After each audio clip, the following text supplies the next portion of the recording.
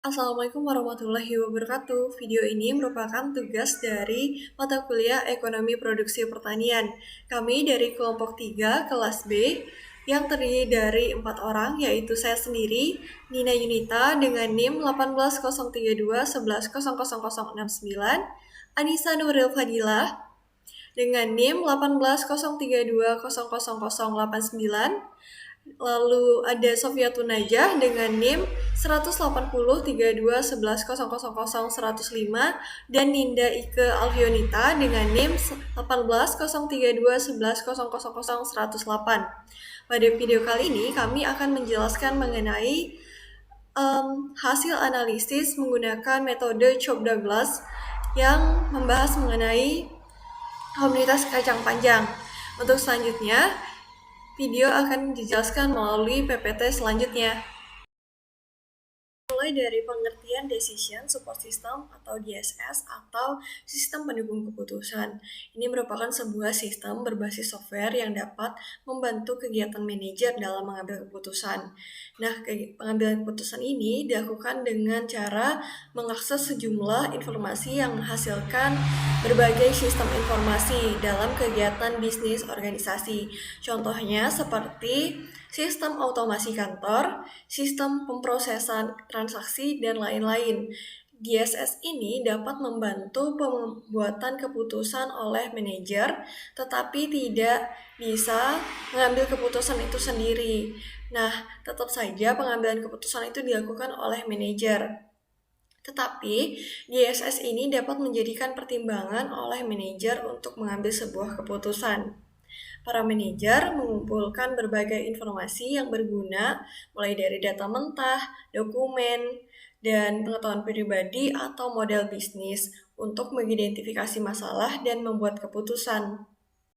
Pada tugas kali ini, kami akan memprediksikan fungsi produksi Cobb-Douglas yang ada di produksi pertanian kacang panjang di Kecamatan Wuluhan, Kabupaten Jember.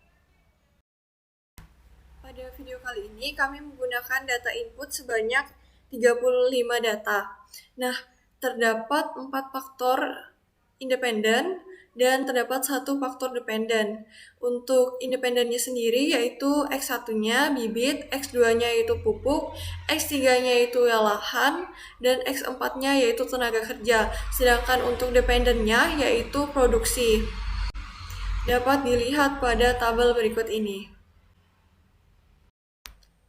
Berikut ini juga termasuk data inputnya, yaitu ln x1, ln x2, ln x3, ln x4, dan lny. Terdapat sebanyak 35 data seperti yang tertera pada PPT berikut ini. Setelah hasil input tadi diolah, menghasilkan hasil output. Salah satunya yaitu uji normalitas, seperti tertera pada gambar di samping, yaitu berdasarkan hasil uji normalitas dengan menggunakan ppplot, diperoleh hasil bahwa variabel ln x1, ln x2, ln x3, ln x4 didistribusi normal terhadap lny. Hal ini dikarenakan titik-titik berada di sekitar garis diagonal dan cenderung mengikuti sepanjang garis diagonal, sehingga seluruh variabel terdistribusi normal.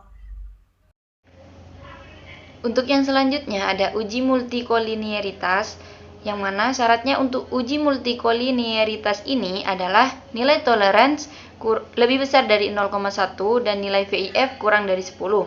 Maka data dinyatakan tidak terjadi gejala multikolinearitas. Dengan melihat data koefisien tersebut, kita dapat mengetahui nilai dari variabel X1, nilai toleransinya adalah 0,654 dengan nilai VIF 1,529, variabel X2 nilai toleransinya sebesar 0,502 dengan nilai VIF-nya 1,993, dan untuk variabel X3 sebesar 0,164 dengan nilai VIF-nya 6,084, dan untuk variabel X4 nilai toleransinya sebesar 0,176 dan nilai VIF-nya 5,694. Berdasarkan hasil uji multikolinearitas Yang diperoleh dari hasil data tersebut, diketahui bahwa nilai toleransi dari ln X1, ln X2, ln X3, dan ln X4 lebih besar dari 0,1 dan nilai VIF-nya kurang dari 10, sehingga dapat disimpulkan bahwa data variabel yang digunakan bebas dari multikolinearitas. Dan untuk yang selanjutnya ada uji autokorelasi, yang mana syaratnya untuk uji autokorelasi adalah nilai DW kurang dari DL, maka terdapat autokorelasi. Sedangkan untuk DW lebih besar dari DU, maka tidak terdapat autokorelasi. Dan nilai DL kurang dari DW kurang dari DU, maka pengujian dapat dikatakan tidak dapat disimpulkan. Berdasarkan dari hasil uji autokorelasi yang diperoleh, diketahui nilai DW sama dengan 2,410, nilai DL 1,22214, nilai DU sama dengan 1,72593, nilai 4 min DU sama dengan 2,27407, dan nilai 4 min DL sama dengan 2,77786. Berdasarkan data tersebut, nilai DW lebih besar dari DU, yang mana nilai DW adalah 2,410 lebih besar dari nilai DU sebesar 1,72593. Maka tidak terdapat autokorelasi. Selanjutnya saya Ninda Ika Alfionita NIM 108 akan menjelaskan tentang uji heteroskedastisitas. Uji heteroskedastisitas ini dapat dilihat dari tabel scatter plot. Berdasarkan tabel tersebut dapat disimpulkan bahwa tidak terdapat heteroskedastisitas karena titik-titik di dalam tabel tidak membentuk suatu pola tertentu dan titik-titik tersebut berada di atas dan di bawah nilai 0 pada sumbu Y. Selanjutnya uji regresi linear model summary. Berdasarkan tabel model summary dapat diketahui bahwa nilai adjusted R-square sebesar 0,558 atau 56%, sehingga variabel X1, X2, X3, dan X4 yaitu bibit, pupuk, lahan, dan tenaga kerja, menjelaskan bahwa variabel Y yaitu produksi kacang panjang sebesar 56% dan sisanya sebanyak 44% dijelaskan oleh variabel lain di luar model. Selanjutnya, berdasarkan tabel ANOVA, dapat diketahui bahwa nilai signifikansi sebesar 0,000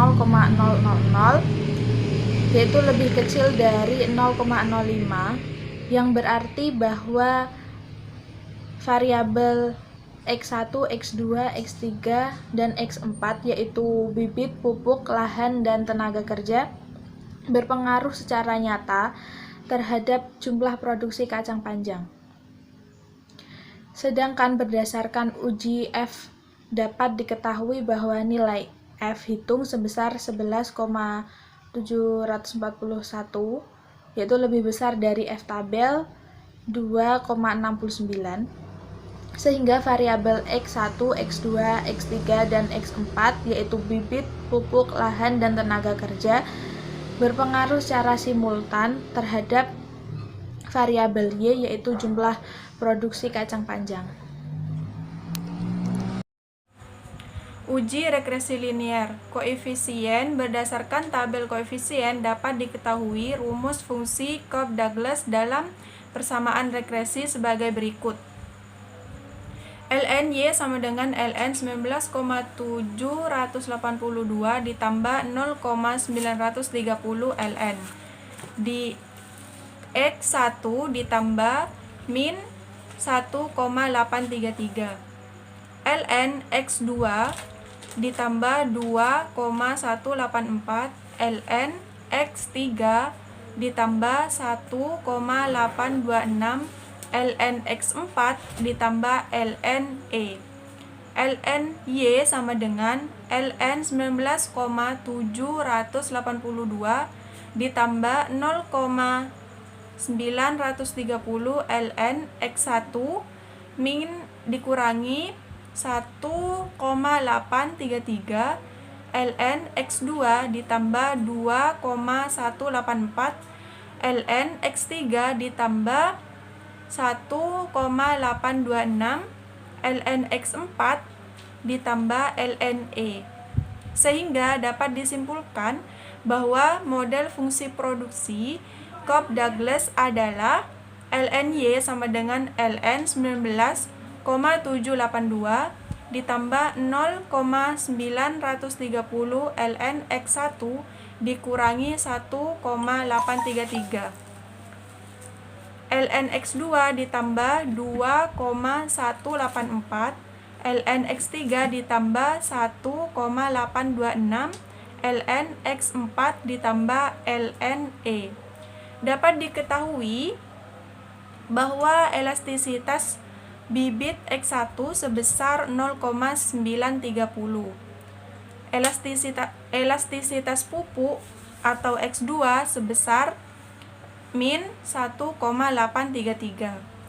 Untuk elastisitas lahannya sebesar 2,184 dan elastisitas tenaga kerja sebesar 1,826. Besarnya return to scale dapat diketahui dengan menjumlahkan seluruh pangkat koefisien variabel independen, yaitu 0,930 dikurangi 1,833 ditambah 2,184 dan ditambah 1,826. Hasilnya adalah 3,107 yang menunjukkan kondisi perusahaan mengalami decreasing return to scale.